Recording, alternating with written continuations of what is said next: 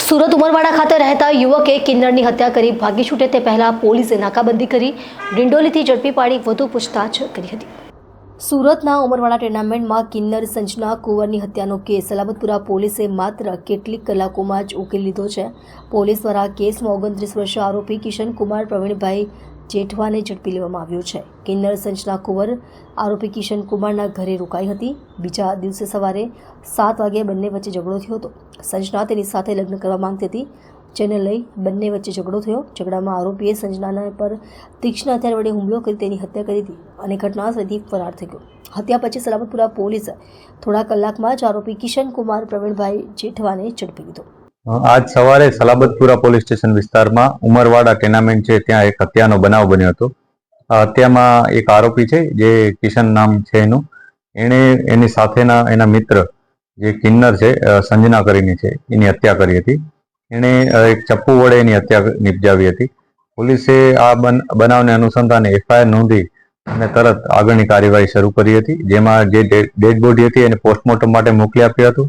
આ ઉપરાંત આરોપીની ધરપકડના ચક્રો ગતિમાન કર્યા હતા અને પોલીસને જ્યારે મળી આવ્યું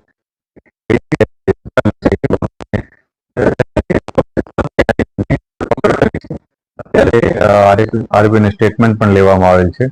અત્યારે જે પ્રાઇમરી ઇન્ફોર્મેશન પોલીસને સ્ટેટમેન્ટ ઉપરથી મળી છે એ મુજબ જે આરોપી છે કિશન એ 2016થી આ કિન્નર સંજનાના ટચમાં છે।